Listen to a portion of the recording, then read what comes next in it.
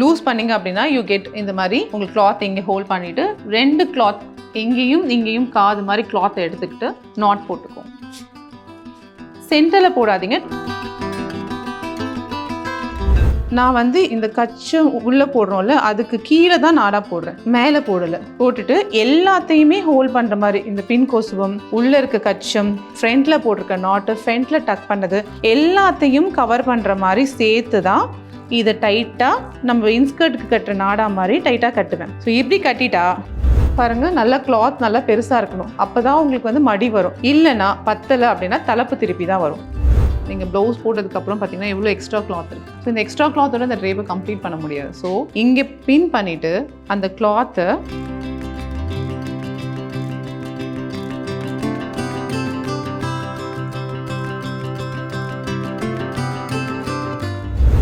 Miss wow தமிழா channel வியூவர்ஸ்க்கு வணக்கம். நான் Matilda வந்திருக்கேன். மெட்டில்டா சாரீ ட்ரீப்பர்ஸ்ட். இன்னைக்கு நம்ம வந்து மடிசார் ட்ரீப்பிங் பார்க்கலாம், ஐயர் மடிசார் பார்க்கலாம். ஸோ ஐயர் மடிசாரோ ஐயங்கார் மடிசாரோ எந்த மடிசார் எடுத்தாலும் முதல் நீங்கள் என்ன சாரீ கையில் வச்சுருக்கீங்கன்றதை பார்க்கணும். ஸோ நான் வச்சுருக்க சாரீ வந்து 9 yards-ஆ 10 yards-ஆ அப்படின்றத ஃபஸ்ட்டு நான் பார்த்துட்டு தான் ஒரு ட்ரேப் பண்ணுவேன். ஸோ இதனால் வந்து பார்த்திங்கன்னா முன்னாடியே உங்களுக்கு தெரிஞ்சும் சாரீ பத்துமா பத்தாதா, டாலாக இருப்பாங்க, குண்டாக இருப்பாங்க, ஒல்லியாக இருப்பாங்க. ஸோ எல்லாருக்கும் 9 yards பத்தாது. ஸோ 10 yards-ல மட்டும்தான் கட்ட முடியும். ஸோ அதனால தான் ப்ரைடல் சாரீஸ் எல்லாமே பார்த்தீங்கன்னா 10 கஜம் இருக்கும். ஸோ நான் எப்போவுமே மெஷர்மெண்ட் என் பாடியில் எடுத்துகிட்டு தான் இது 9 yards-ஆ 10 yards-ஆன்னு பார்த்துட்டு தான் அந்த சாரீ நான் கட்டுவேன். ஸோ எப்போவுமே எனக்கு எண்ட் ஆஃப் த ட்ரேப்பிங்கில் சாரீ பத்தாமல் போனதே கிடையாது. ஒரு சாரீ நீங்கள் கையில் எடுக்கும்போது அந்த சாரீ வந்து எத்தனை கஜம் இருக்குது அப்படின்னு செக் பண்ணணுன்னா எப்படி செக் பண்ணால் உங்கள் பாடியில் யார்ட்ஸை நீங்கள் மெஷர்மெண்ட் பண்ணிக்கோங்க. ஸோ எனக்கு என் பாடியில் நான் மெஷர் பண்ணியிருக்கேன். ஸோ இதில் பார்த்தீங்கன்னா 2, 3, 4, 5, 6, 7, 8, 9, 10. 10 கஜம் இருக்குது, 10 yards இருக்குது. ஸோ 10 yards இருக்கும் போது உங்கள் ஃபால், அதாவது பின்னாடி வைக்கிற பின் கோசும் வந்து நீங்கள் வந்து ஒரு 6, 8 கூட வச்சுக்கலாம். ஒல்லியாக இருந்தால் 8 வச்சுக்கலாம். கொஞ்சம் சப்பியாக இருக்காங்க அப்படின்னா நீங்கள் வந்து 6 pleats வச்சுக்கலாம். ஆனால் இதுவே 9 yards-ஆ இருந்தால் நீங்கள் 4 pleatsக்கு மேலே இதை வைக்க முடியாது. இந்த ரீசனுக்காக தான் ஃபஸ்ட்டே நம்ம என்ன பண்ணணும்னா யார்ட்ஸ் எவ்வளோன்றதை செக் பண்ணிக்கணும். ஸோ உங்களுக்கு டபுள் டைம் இந்த ஒர்க் இருக்காது. கட்டிட்டு கைட்னா உங்களுக்கு சாரிலையும் நிறைய க்ரஷ்ஷை விழுந்துடும். ஸோ பார்க்கும்போது ட்ரேப்பிங் நல்லா இருக்காது. வாங்க ட்ரேப் பண்ணலாம். ஸோ உங்களோட எல்லா சாரீஸுமே டுவர்ட்ஸ் ரைட்டில் போட்டுட்டு லெஃப்ட் ஹேண்டில் உள் முந்தானி மட்டும் ப்ளீட் எடுத்துக்கோங்க. நான் இவங்களுக்கு வந்து ஒரு 7 pleats எடுக்கிறேன். இன்கேஸ் உங்களுக்கு இந்த ப்ளீட்ஸ் பர்ஃபெக்டாக வேணும், எனக்கு வந்து இந்த ப்ளீட்ஸ் வந்து இப்படி ரொம்ப ஃப்ளஃபியாக எந்த ப்ளீட்ஸும் தெரியல அப்படின்னு நீங்கள் ஃபீல் பண்ணிங்கன்னா எல்லா ப்ளீட்ஸையும் ப்ராப்பராக மேலே நம்ம எப்படி 6 yards-க்கு வந்து நம்ம ஃபால்ஸ் ப்ளீட் பண்ணுவோமோ அந்த மாதிரி இந்த ப்ளீட்ஸ் 7 pleats-ஐயும் ப்ளீட் பண்ணிவிட்டு ஒரு பின் எடுத்து பின் பண்ணிக்கோங்க. யூஸ்வலாக நீங்கள் ட்ரே பண்ணும்போது அந்த பின்னை ரிமூவ் பண்ணிடலாம். பின் வேணுன்றவங்க போட்டுக்கலாம். ஏன்னா எல்லாருனாலையும் வந்து மேனேஜ் பண்ண தெரியாது. அதனால் இந்த ப்ளீட்டுக்கு மட்டும் நான் பின் குத்துறேன். ஸோ இந்த ப்ளீட் எல்லாம் பர்ஃபெக்டாக வேணும் அப்படின்னா இந்த ப்ளீட்ஸை பிடிச்சி எல்லா ப்ளீட்ஸையும் ப்ராப்பராக ப்ளீட் பண்ணிவிட்டு ஒரு ஸ்ட்ரெயிட்னரோ இல்லை அயன் பாக்ஸோ போட்டு இதை அயன் பண்ணிவிட்டு ட்ரே பண்ணிங்க அப்படின்னா ரொம்ப நல்லாயிருக்கும். இப்போதுக்கு நான் பின் பண்ணுறேன். எண்டில் வந்து நான் வந்து ஒரு ஸ்ட்ரெயிட்னர் போட்டுக்கிறேன். பட்டு புடவையில் இதை நீங்கள் ப்ரெஸ் பண்ணாலே போதும். ப்ராப்பராக ப்ரெஸ் பண்ணி விட்டிங்கன்னா ப்ளீட் பார்க்குறதுக்கு நல்லா அழகாக இருக்கும். இப்போ நான் வந்து ஒரு பின் மட்டும் போடுறேன். லாஸ்ட்டாக இதை நான் ஓப்பன் பண்ணி விட்டுருவேன். ஸோ ப்ளீட்டடாக இருக்கும் போது உங்களுக்கு பார்க்கும் போது ட்ரேப் அழகாக இருக்கும். ஸோ மேக்ஸிமம் பின்ஸ் போடுறதை அவாய்ட் பண்ணிக்கோங்க. நான் இப்போ போட்டிருக்க பின்ஸ் எல்லாம் நான் இல்லாமல் கூட ட்ரே பண்ணுவேன். பட் உங்களுக்கு நீட்டாக வேணுன்னும் போது அதை ப்ரிப்பரேஷன் பண்ணுறதுக்கு மட்டும்தான் நான் பின்ஸ் போடுவேன். ஸோ பின்னாடி இந்த மாதிரி சென்டரில் வச்சுட்டு ஒரு ஃபுல் சுற்று அவங்கள நீங்கள் சுற்ற சொல்லுங்கள். டுவர்ட்ஸ் அவங்களுடைய லெஃப்ட் சைடில் லெஃப்டில் சுற்றிட்டு 2 காலையும் அகட்டுவீங்க. நல்லா ஓப்பன் பண்ணுங்க. ஸோ இந்த மாதிரி நல்லா ஸ்ப்ரெட் பண்ணிவிட்டு நீங்கள் மடிசா ட்ரை பண்ணும்போது என்ன ஆகும்னா உங்களுக்கு வந்து தடுக்காது. வாக் பண்ணும்போது சாரீ தூக்காது. ஏன் சில்க் சாரீ வந்து வெட்டிங் கட்டுறாங்க, செமி சில்க் சாரீஸ் வந்து கட்டுறது இல்லை அப்படின்னா சில்க் சாரீஸ் எப்போவுமே வந்து கொஞ்சம் ஹைட்டாக இருக்கும், செமி சில்க் சாரீஸ் ஷார்ட்டாக இருக்கும். ஸோ அதனால தான் காட்டன் சாரீஸ்லாம் கட்டும் போது தூக்கிக்கும். நீங்கள் சில்க் சாரீஸ் கட்டும்போது நல்லா தழையே இருக்கும். இந்த டிஃப்ரென்ஸ் தெரிகிறவங்க என்ன உங்களோட ஈவெண்ட் இம்பார்ட்டன்ட் ஈவெண்ட்டுக்கு சில்க் சாரீஸ் மட்டும் பர்ச்சேஸ் பண்ணால் போதும்.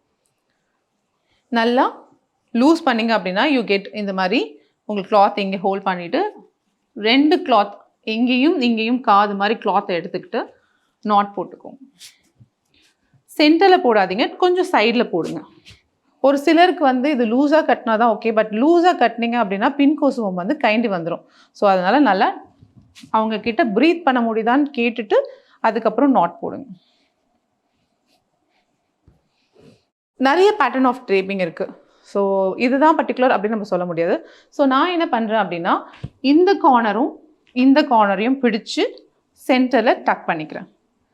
ஸோ எனக்கு கீழே கிளாத் எக்ஸஸாக தொங்கக்கூடாது, அதனால் நான் இப்படி ட்ரேப் பண்ணிக்கிறேன்.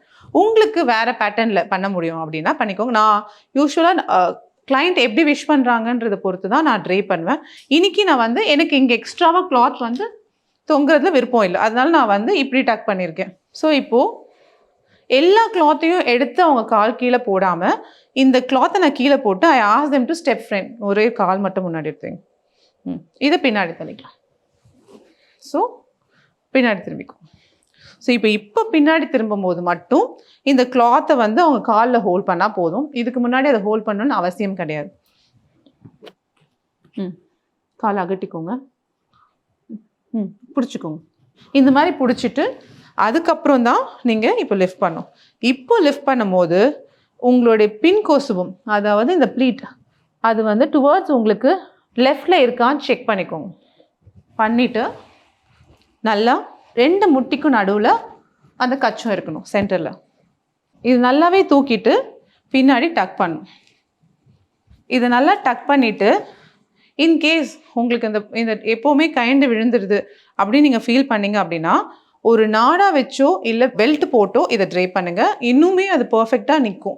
ஸோ நான் வந்து யூஸ்வலாக நாடா போட்டு தான் ட்ரேப் பண்ணுவேன். ஸோ எல்லா நேரங்களையும் நம்மளால் பெல்ட் அரேஞ்ச் பண்ண முடியாது அப்படின்றதுனால. ஸோ போடும்போது பாருங்கள், நான் வந்து இந்த கச்சம் உள்ளே போடுறோம்ல அதுக்கு கீழே தான் நாடா போடுறேன், மேலே போடலை.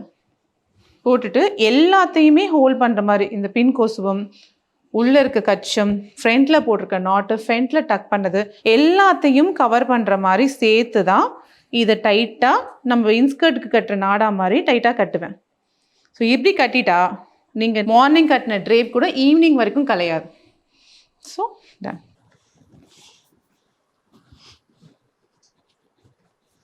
ஸோ நீங்கள் இதில் முக்கியமாக பார்க்க வேண்டியது என்ன அப்படின்னா, நீங்கள் 2 காலும் இப்படி இழுக்கும் போது சாரீ வந்து நல்லா ஃப்ளோயாக வரணும். இந்த நடக்கும் போது இந்த கால் இழுக்கும் போது இந்த கிளாத்தும், இந்த கால் இழுக்கும் போது இந்த கிளாத்தும் வரும்போது என்ன ஆகாதுன்னா சாரீ மேலே தூக்காது. ரொம்ப டைட்டாக இருந்ததுன்னா எல்லா சாரியும் மேலே அப்படியே புஃப்னு தூக்கிக்கும். இது வரைக்கும் நம்ம சாரியில் ஒரே ஒரு பின் தான் குத்திருக்கும், அதையும் வேணால் ரிமூவ் பண்ணிடலாம். எங்கே போட்டிருக்கேன் அப்படின்னு பார்த்தீங்கன்னா இந்த பின் கொசுவத்தில் குத்துனது. பட் இதை கைட்டும் போது என்னென்னா எனக்கு பின்னாடி இருக்க ப்ளீட் வந்து ஸ்ப்ரெட்டாக ஆகலை அப்படின்ன போது இதை நீங்கள் ரிமூவ் பண்ணிவிட்டு ஓப்பன் பண்ணி பின் பண்ணிங்க அப்படின்னா நல்ல ஸ்ப்ரெட் கிடைக்கும், வாக் பண்ணும்போது கால் தெரியாது. இப்போ செக்ஷன் தான் உங்களை வந்து இது ஐயங்காரான்றத வேரியேஷன் காட்டும் முக்கியமாக. ஸோ இது என்னென்னா நீங்கள் லெஃப்ட் சைடாக எடுத்துகிட்டு வந்து ரைட் சைடில் போட்டிங்கன்னா அது ஐயர் மடிசார், ரைட் சைட்லேருந்து லெஃப்ட் சைட் போட்டிங்க அப்படின்னா ஐயங்கார் மடிசார். நம்ம இப்போ பார்க்குறது ஐயர் மடிசார் அப்படின்றதுனால ஸோ லெஃப்ட்லேருந்து ரைட்டுக்கு வரணும் ப்ளீஸ். இது நல்லா மேலே தூக்கி நல்லா ஃப்ளோயை விட்டு கீழே தழைய. ஸோ இந்த மாதிரி தழையை கட்டும் போது என்ன ஆகும்னா கால் தெரியாது, பின்னங்கால் தெரியாது, ரொம்ப தூக்கிட்டு தெரியாது, நல்லா ஃப்ரீயாகவே நீங்கள் வாக் பண்ணலாம். பின்ஸ் எங்கேயும் குத்த தேவையில்லை. ஸோ உங்களுக்கு என்ன ஹைட் வேணுமோ அந்த ஹைட்டில் வச்சு டக் பண்ணிக்கோங்க. ஸோ சாரீ இப்போ சாரியே நான் ஒரு சுற்று கொண்டு வந்துட்டேன். இப்போ கொண்டு வரும்போது பேக்கில் பாருங்கள், நான் இப்படி கொண்டு வரேன். இப்போது நல்ல தழைய இப்படி கொண்டு வரும்போது இப்போ கால் ரெண்டும் என்ன தெரியாது வாக் பண்ணும்போது. இதுவே இப்படி கட்டாமல் நல்லா இப்படி தூக்கி கட்டிட்டிங்கன்னா உங்களுக்கு முட்டிக்கு பின்னாடி இருக்க கால் ஃபுல்லாக நடக்கும் போது தெரிய ஆரம்பிக்கும். ஸோ நான் நல்லா டவுனில் ஸ்ப்ரெட் பண்ணி ட்ரேப் பண்ணுறேன்.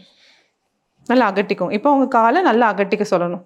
அகட்டிட்டு இது நல்லா பெருசாக இருக்கா, நீங்கள் ப்ளீட்ஸ் வைக்கும் போது பாருங்கள், நல்லா கிளாத் நல்லா பெருசாக இருக்கணும். அப்போ தான் உங்களுக்கு வந்து மடி வரும். இல்லைன்னா பத்தலை அப்படின்னா தலைப்பு திருப்பி தான் வரும். ஸோ இப்போ நல்லா கிளாத் பெருசாக இருக்கிறதுனால இப்போ இவங்க உடம்புக்கு இது வந்து நல்லா கிளாத் அதிகமாக இருக்குது. இப்போ எனக்கு நான் ரொம்ப நிறைய ப்ளீட்ஸ் வச்சிட்டேன் அப்படின்னா எனக்கு வந்து தலைப்பு திருப்பி தான் இந்த மடி கட்ட முடியும். ஸோ நல்லா டவுனில் இருக்கணும், அப்போ தான் நல்லாயிருக்கும். இதை ரொம்ப அப்பில் லிஃப்ட் பண்ணிட்டிங்கன்னா ரொம்ப ப்ராடாக தெரிவிங்க. ஸோ செஸ்ட் ப்ளீட்டை கொஞ்சம் டவுனில் வச்சு நல்லா அழகாக, அப்போ தான் உங்களுடைய பாடி ஸ்ட்ரக்சர் தெரியும். ஸோ இப்போ நான் இங்கே ஒரு பின் பண்ணுறேன். ஓகே, இந்த பின் நான் வெளில தான் குத்திருக்கேன். ஸோ இது ப்ளீட் வச்சதுக்கப்புறம் தான். ஸோ பிரைடாக இருந்தால் நிறைய ப்ளீட்ஸ் வைப்போம். பிரைட்ஸ்மெய்ட்ஸாக இருந்தால் அவங்களுக்கு என்ன வேணும்னு கேட்டுட்டு வைங்க. இல்லை அப்படின்னா சைட்ஸ் எல்லாம் தெரியும். ஒட்டியானம் போடும்போது குட்டி குட்டி ப்ளீட்ஸ் வைக்கலாம். நீங்கள் ஒட்டியானமே போடலை அப்படின்ற பட்சத்தில் நீங்கள் வந்து மீடியமாக ப்ளீட்ஸ் தான் வைக்கணும். ஒரு 6 ப்ளீட், 5 ப்ளீட்ஸ், 7 ப்ளீட்ஸ் அப்படி தான் நீங்கள் வைக்கணும். நான் இப்போ இவங்களுக்கு ஒரு மீடியம் ப்ளீட்ஸ் வைக்கிறேன். ஏன்னா இப்போ நிறைய பேர் குட்டி ப்ளீட்ஸ் வந்து விரும்புகிறாங்க அப்படின்றதுனால இதை நம்ம பண்ணுறோம்.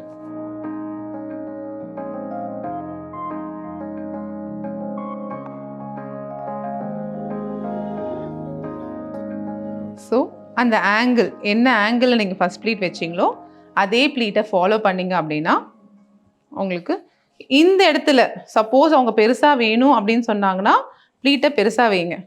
இல்லை எனக்கு இங்கேயும் குட்டி குட்டி ப்ளீட்ஸ் வேணும்னு சொன்னாங்கன்னா அதையே நீங்கள் ப்ளீட்ஸாக கன்வெர்ட் பண்ணிவிடுங்க. ஏன் ரெடிமேட் மடிசார் வாங்காமல் நம்ம ட்ரேப்பிஸ்ட்டை கூப்பிட்டு ட்ரேப் பண்ணுறோம் அப்படின்னு பார்த்தீங்கன்னா, கல்யாண பொண்ணுடைய சாரியை யாருமே ப்ரீப்ளீட் பண்ண மாட்டாங்க, தைக்க மாட்டாங்க. அப்படின்ற பட்சத்தில் கண்டிப்பாக ஒரு ட்ரேப்பிஸ்ட் இருந்தால் தான் வெட்டிங் சாரியை ஒரு 5 மினிட்ஸில் ட்ரேப் பண்ண முடியும். அதே மாதிரி சாரி நல்லா ட்ரேப் பண்ணுற ஒரு ட்ரேப்பிஸ்ட் மட்டும்தான் 1 டைம்லேயே ட்ரேப் பண்ணுவாங்க. அதுவே வந்து ஃப்ரெஷராக இருக்கட்டும், இல்லை தெரியாதவங்க கட்டினா ஒரு மல்டிபிள் நம்பர் ஆஃப் டைம் அந்த ட்ரேப்பை கட்டும் போது என்ன ஆகும்னா அவங்க கொடுக்குற 5 மினிட்ஸில் அந்த சாரியை கட்ட முடியாது. நீங்கள் மடிசாரை நீங்கள் நிறைய பேர் கட்டி விட போகிறீங்க அப்படின்னா நிறைய ப்ராக்டிஸ் பண்ணிவிட்டு ட்ரேப் பண்ணுங்கள். அதுக்கு முன்னாடி நீங்கள் மற்றவங்களுக்கு ட்ரேப் பண்ண போக வேண்டாம். ஸோ இப்போ இவங்களுக்கு நம்ம ப்ளீட்ஸ் வச்சுட்டோம். ஸோ இதெல்லாம் ஸ்ட்ரெயிட்னர் போட்டெல்லாம் அயன் பண்ணாதீங்க. இது இந்த ஃப்ளோலேயே இருந்தால் தான் அழகாக இருக்கும். ஸோ 6 யார்ட்ஸ் மாதிரி நீங்கள் வந்து இதெல்லாம் அயன் பண்ணிட்டீங்க அப்படின்னா இதோட அழகே போயிடும். இந்த ஆங்கிளில் இருந்தால் மட்டும்தான். இப்போ இந்த எக்ஸ்ட்ராவாக பார்த்தீங்கன்னா நீங்கள் ப்ளவுஸ் போட்டதுக்கப்புறம் பார்த்தீங்கன்னா எவ்வளோ எக்ஸ்ட்ரா கிளாத் இருக்குது. ஸோ இந்த எக்ஸ்ட்ரா கிளாத்தோட இந்த ட்ரேப்பை கம்ப்ளீட் பண்ண முடியாது. ஸோ இங்கே பின் பண்ணிவிட்டு ஷோல்டரில் அந்த கிளாத்தை இருக்கு இல்லையா, இந்த எக்ஸ்ட்ரா கிளாத் அதை கொண்டு வந்து ஃப்ரண்ட்டில் நீங்கள் 6 யார்ட்ஸ்க்கு எப்படி நம்ம டக் பண்ணுவோமோ அந்த மாதிரி டக் பண்ணிக்கோங்க. அப்படி பண்ணும்போது உங்களுக்கு பேக்லேயும் சரி ஃப்ரண்ட்லேயும் சரி ரொம்ப நீட்டாக இருக்கும். பின் பண்ண வேண்டாம். ஸோ இது வந்து ரெகுலராக கட்டுறவங்களுக்கு இது கம்ஃபர்டபுளாக இருக்கும். பட் புதுசாக கட்டுறீங்க, என்னால் மேனேஜ் பண்ண தெரியல அப்படின்னா மேக் ஷுர் இங்கே ஒரு பின்னோ இல்லைன்னா டக் பண்ண இடத்துல ஒரு பின்னோ குத்திக்கோங்க. ஸோ புடவை கையிலாது. இப்போ நான் குத்திருக்க பின்னு வந்து பார்த்திங்கன்னா சாரியில் தான் குத்திருக்கேன், இன்னும் ப்ளவுஸ்லேயே குத்தலை. ஸோ ஏன் அப்படின்னா எனக்கு ரொம்ப டீப்பாக ப்ரெஸ் பண்ணி குத்துனா பிடிக்காது. அப்படி குத்துனா என்ன ஆகும்னா ஃப்ளவர் மாதிரி இந்த ப்ளீட்ஸ் எல்லாம் ஓப்பன் ஆகிடும். ஸோ எப்போவுமே நான் என்ன பண்ணுவேன்னா வேற ஒரு பின் வச்சு தான் பின் பண்ணுவேன் இந்த இடத்துல. கிளைண்ட்டுக்கு என்ன வேணும் அப்படின்னு கேட்டுட்டு ப்ளீட்ஸ் வைங்க. எல்லாருக்கும் ஸ்மால் ப்ளீட்ஸ் வைக்க வேண்டாம். ஸோ இந்த கிளாத்தை தான் இப்போ மடிக்கு யூஸ் பண்ண போகிறோம்.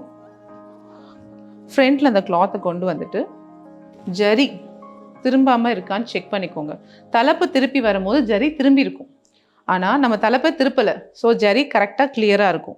2 ப்ளீட்டையும் ஈக்குவலாக வச்சுட்டு அதுக்கப்புறம் இந்த கிளாத்தை நல்லா லிஃப்ட் பண்ணிவிட்டு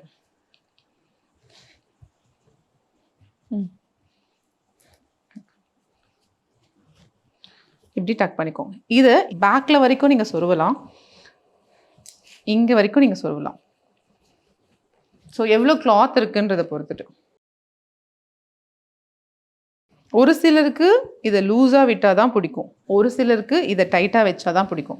ஸோ நீங்கள் என்ன கேட்டகரியோ அது மாதிரி பார்த்துக்கோங்க. பட் நான் யூஸ்வலாக பிரைட்ஸ்க்கு கட்டுறதுனால இந்த ப்ளீட்ஸ் எல்லாம் ப்ராப்பராக அரேஞ்ச் பண்ணிவிட்டு இந்த மடியும் நீட் பண்ணிவிட்டு இங்கே தான் ஒட்டியானம் போடுவேன். ஸோ நான் இப்படி தான் கட்டுறேன். பெரியவங்களுக்கு கட்டும் போது 5 ப்ளீட் வைக்கும் போது உங்களுக்கு வந்து ஒட்டியானம் போட மாட்டோம். அப்போது மடி வந்து நீங்கள் லூஸாக கூட விட்டுக்கலாம். ஸோ பிரச்சனை கிடையாது. ஸோ பிரைடுக்கு பண்ணும்போது எப்படி பண்ணுறது அப்படின்றத பார்க்கலாம். ஸோ ஃப்ரண்ட்டில் வரைக்கும் பார்த்தீங்கன்னா நீட்டாக டபுள் லைன்ஸ் இல்லாமல். இப்போது உங்களுக்கு இவ்வளோ எக்ஸ்ட்ரா கிளாத் இருக்குது. ஸோ இதை நீட் பண்ணாமல் இந்த ட்ரேப்பிங்கை நீங்கள் கம்ப்ளீட்டே பண்ண முடியாது. ஸோ அதனால் நான் என்ன பண்ணுறேன்னா இந்த ப்ளீட் பண்ணுறேன். இந்த ப்ளீட்ஸ் எல்லாம் ப்ராப்பராக நான் என்ன பண்ணுறேன்னா ப்ளீட் பண்ணுறேன். பண்ணிவிட்டு இதை ப்ளவுஸோடு பின் பண்ணிங்க அப்படின்னா இது உங்களுக்கு நீட்டாக பர்ஃபெக்டாக அப்படி உட்காந்துரும். ஸோ இந்த கிளாத்தில் எக்ஸ்ட்ரா இருக்க கிளாத்தை இப்படி புல் பண்ணிவிட்டு இதோட சேர்த்து ஒரு பின் போட்டுட்டிங்க அப்படின்னா உங்களுக்கு பார்க்கும் போது ட்ரேப் வந்து ரொம்ப பர்ஃபெக்டாக நீட்டாக இருக்கும். ஸோ இப்போ இந்த ப்ளீட்ஸ் எல்லாம் வந்து உங்களுக்கு புஃபியாக ஆகக்கூடாது, ரொம்ப ஃப்ளஃபியாக இருக்கு இல்லையா? ஸோ அப்படி வேணாம் அப்படின்னா இந்த கிளாத் அதாவது மடியை இப்படி தூக்கிட்டு கீழே இறங்கி மிரர் பார்த்து நீங்களே பண்ணும் போது மிரர் பார்த்தோ நல்லா புல் பண்ணிங்க அப்படின்னா பர்ஃபெக்டாக வந்துருச்சு. டபுள் ஃப்ரீ கச்சம்.